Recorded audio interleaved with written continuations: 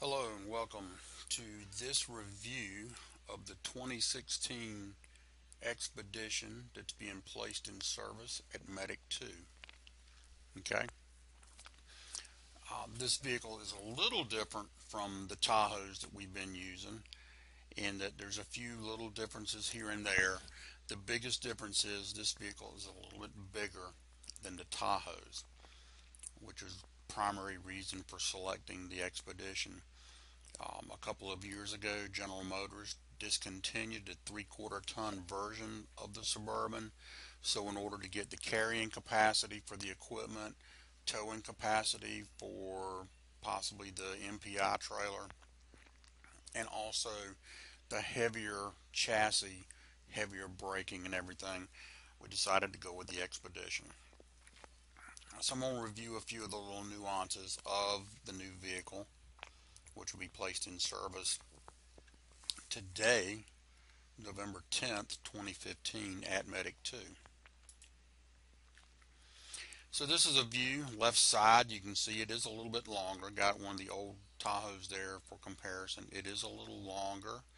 Um, we've added a few more red lights to them, as you can see from the old Tahoe over here. This one's got the emergency lights here, on the sides of the push bar, as well as up front. There are two siren speakers, and trust me, this siren's pretty loud. Got the light bar, and there's also lights at the back as well.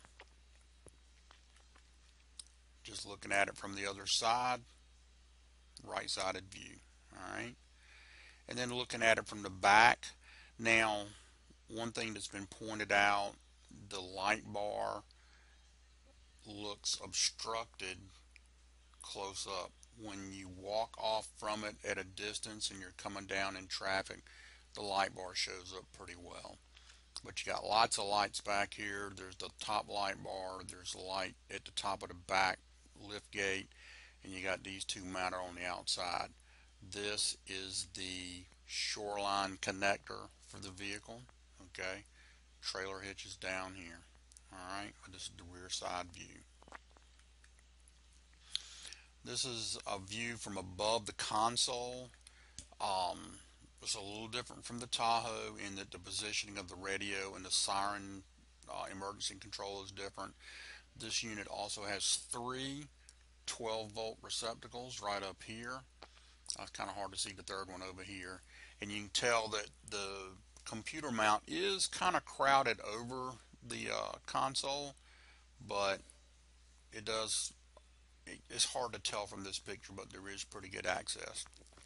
A microphone is attached over here. It is a magnetic mic holder, so that's a little nicer than the old style hooks. As a close-up here, emergency lights and the siren are all consolidated into this control unit. Alright, so this switch up here is a 4-position switch. This controls all the emergency lights. Okay, in position 1, which is what this one's in right now, everything is off. You move it to the right one click. Position 2, what happens is all the rear facing lights come on, just the rear facing lights, and I'm going to show you a video of that in just a minute. Click it one step further, position 3, and not only are the rear lights on, but all the front facing red lights are on. And then position 4, everything's on, plus some white lights in the front of the light bar, and I'll show you that in just a minute. Okay, this is a video of what it looks like from the rear. I'll caution you, the video is kind of loud because it was raining pretty hard when I took it. So just here we go with that.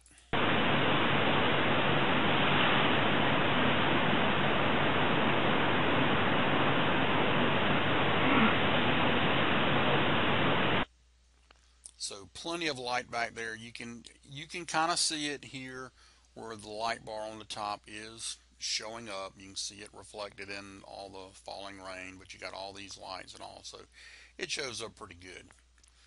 This is a view from the front of just the rear lights, just to kind of show you that there are no lights on from the front. Okay, so we'll click this on. This one's not as loud. Okay. When would you use this setting? Maybe if you come up to a stalled vehicle, or you're going to assist somebody on the side of the road, particularly something like US 70 bypass or somewhere, and you want to eliminate all the onlooker problems from people in the other lane. So you flip this on and all your lights to the rear, so that's going to protect you from oncoming traffic to the rear, and it doesn't create this big spectacle for people in the other lane. Okay, so here's a view of the front with just the red lights on. Remember, it'd be position 3. Okay, and it's not quite as loud as that first one, but it's still kind of loud because it was raining pretty good when I shot this one. You see these lights are on at the front, and the only things that aren't on, that are not illuminated, are the center white lights in the dashboard, or not the dashboard, the light bar. Okay, they're not on. Okay, but everything else is blinking. And then here's the view with the red and white lights on, and the only difference is going to be you'll see the 2 lights in the middle illuminate up. Whoops.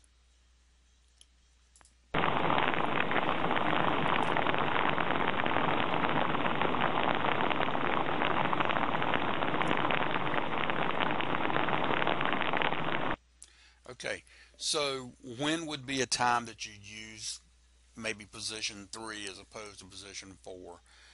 If you're traveling at night, in the rain, in the snow, in the fog, then I would go with position 3, because those white lights on that light bar, they're pretty bright, and they'll reflect back on the precipitation or the fog back and obstruct your view.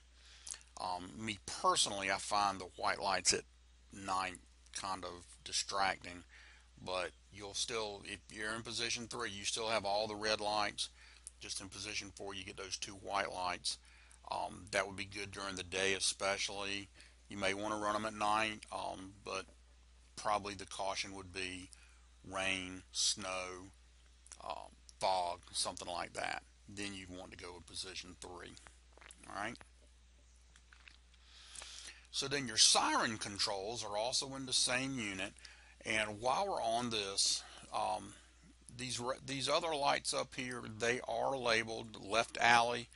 The takedown or the front floodlights, the right alley, they're already labeled. I think on the Tahoe they weren't, so we had to make labels. So these are already labeled. The cruise light, I'll be honest, I pushed it and pushed it and pushed it and tried to find a difference, and I can't, but I'm not saying there's not. And what this low does, it reduces the illumination of the light bar lights. Um, when you push that, the light bar is on position 3 or 4, and you push that, it seems like the red lights, their intensity drops a little bit. So um, I know there's a lot of places that they're mandated to use low intensity at night. We don't have that mandate. And then these other 2 buttons over here, they are not active right now. Your siren controls, okay, Whale, Yelp, Tone 3. This is a different one. It's kind of a new tone for us. Some of the fire trucks around have it. Standby. This operates your siren off the horn button on the steering wheel. Air horn. You just push it, and as long as you hold it down, the air horn sounds. And then manual, what that does is you push it and hold it long enough for the siren to cycle up, and you can let go and the siren cycles down. Now the way these buttons over here work, if you push the button one time, the siren sounds whatever that tone is. If you want to switch to another tone, all you have to do is push the button and it'll automatically switch. If you push the same button a second time, that tone cuts off. Okay. Now the next slide has got a video with sound, and I'm going to let you hear each one of the siren tones: Whale, Yelp, Tone 3, which some people refer to as a power call, the air horn, and then a manual. I'll caution you, for whatever reason, the visual part will not sync on that slide with the audio, but that's okay. You get the gist of it. Okay, so here it is, and what I do each time I push the buttons, I'll push it once, make the tone, push it again to cut it off, and then I switch to the other one. And at the end, when I get to the manual over here, what I did, I pushed it and let it cycle up and released it. So let's go and you'll hear all the tones.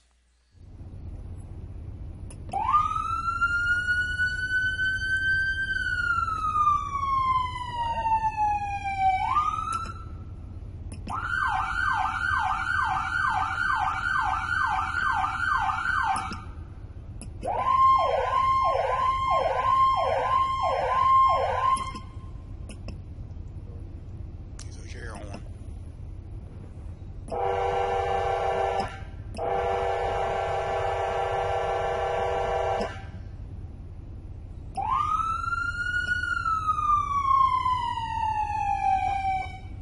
And that was your manual. Now again, the video part didn't keep up with the um, audio part, but that's okay. You just push the button, it sounds, push it again, it turns off. Or if you want to switch tones, you push it the first time, it turns on, and then push the other tone button and it changes. Alright. We also have the traffic arrow feature, which is up here. When the traffic arrow is working, these lights will illuminate and show you which function is going on.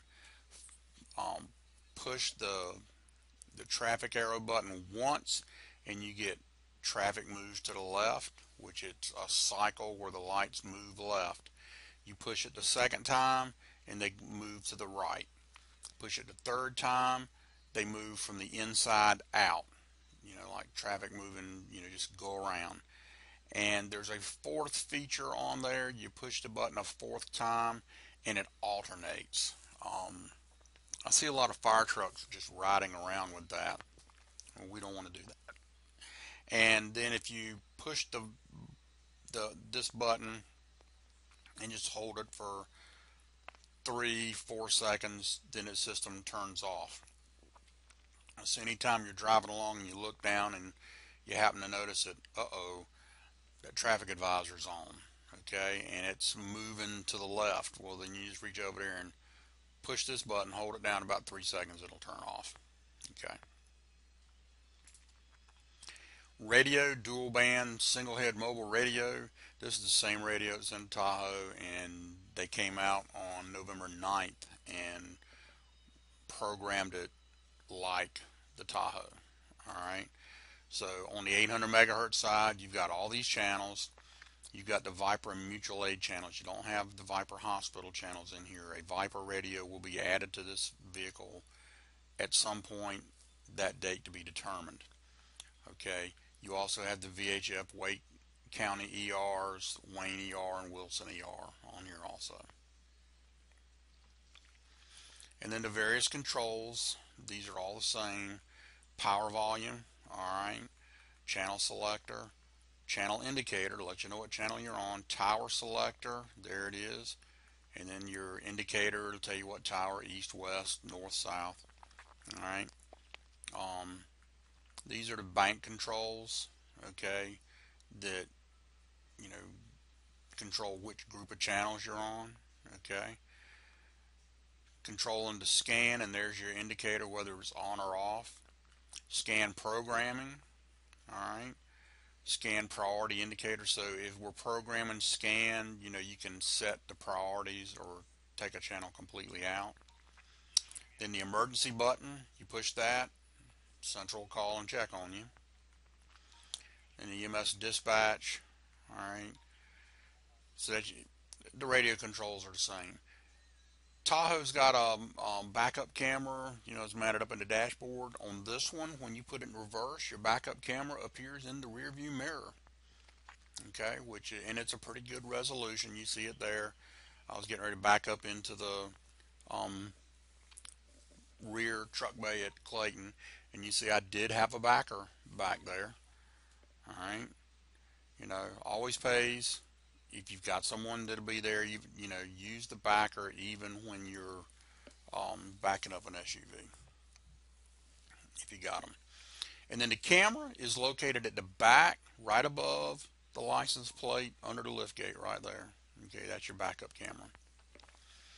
All right, looking down under the hood. Okay, your batteries are over here. Coolant reservoirs right here. Checking the oil is down in here. I got your little view right here. Looking over the coolant reservoir, you can see right down there. There's your dipstick to check the oil with. All right. Your controls. Here's your parking brake, the pedal and the release, hood release. All right. There's your headlight control. Just a rotary knob. This over here is your headlight dimmer. All right.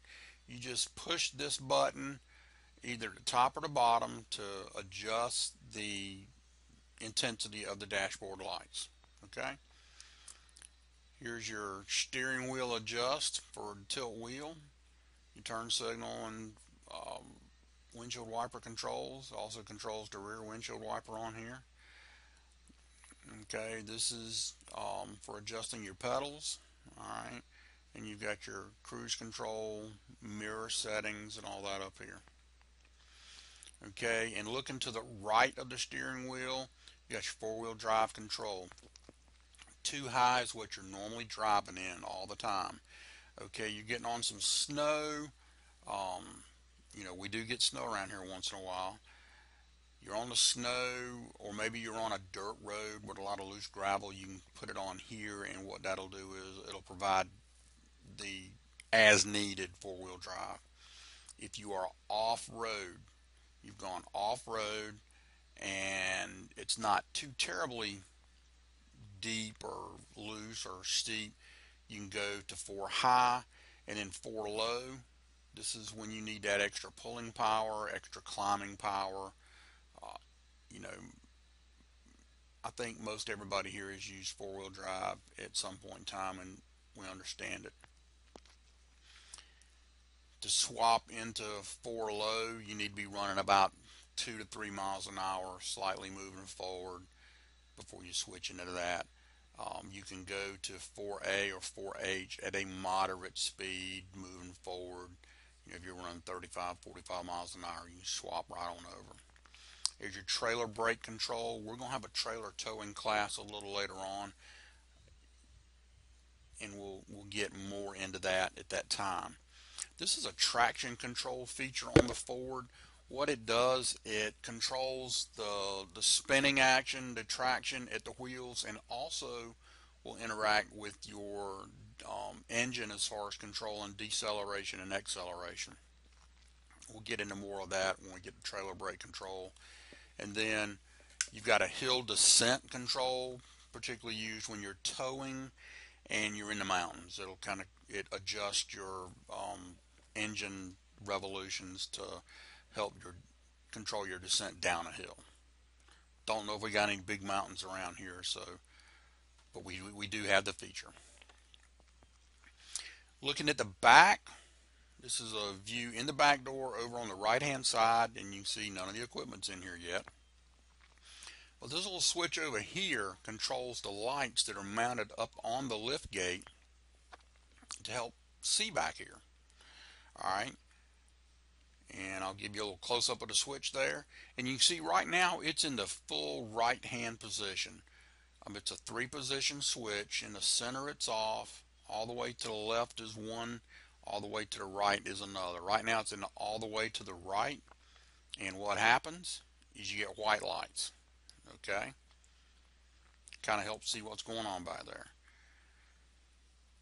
You push this switch all the way in the far left position and you get red lights. Okay, these are the same type of lights as is mounted up here at the driver's seat. Now this light is controlled. There are buttons on the light there's two buttons. One turns it on white, the other one turns it on red. You can kind of see right there on these lights the little buttons. These are controlled by that one switch. Your light up here is controlled by the buttons on the light switch. Alright, and it's got white and red capability. Looking at the back, here is your cooler, which it's mounted. Your controlled medication safe. You've got a hand light up here mounted in a charger. And you've got your inverter, and there's a 12 volt DC converter to AC right up here. Alright, and there'll be equipment in there and all that. Recommend that you leave the shoulder strap on the light. Okay, makes it easier to use sometimes. Now, fire extinguisher. If you open up the left passenger door, tilt the seat forward, underneath, that's where your fire extinguisher is at. Okay, may move it at a later date, I'm not really sure, but that's where it's at right now. Okay, this has just been kind of a quick overview of this vehicle. There are little nuances. Some of it you can't really put in a video here. It sits different than a Tahoe. The door opening is a little different. There's going to be some handling differences because it's a longer vehicle. So it's just going to be a case of when you're assigned to Medic 2, when you come up here, just take a little bit of time, and just when you go make your rounds, try to get to know the vehicle. Okay. Now, what I need you to do is go to this link. We've got the SurveyMonkey link, and you can just type this in to the browser window, the little browser address line, and go to this survey, complete the questions. It's a real quick process, and then make sure you click done, submit, and that way you get credit for this class. Alright, everybody, all the lieutenants, all the captains need to review this so that you've been exposed to all this material. Okay, so with that, Vaprazov, which is Russian for questions, had to throw that up there. If you have any questions, you can contact me. You can contact Assistant Chief Gagne, or you can contact Assistant Chief Langston, and we can answer whatever questions you may have. The owner's manual and everything will be in the vehicle. By all means, take the time, read the instructions. Okay? Alright, with that, this is over with. Take some time also to go out and review all the things that have been reviewed on this video, and we'll see you next time.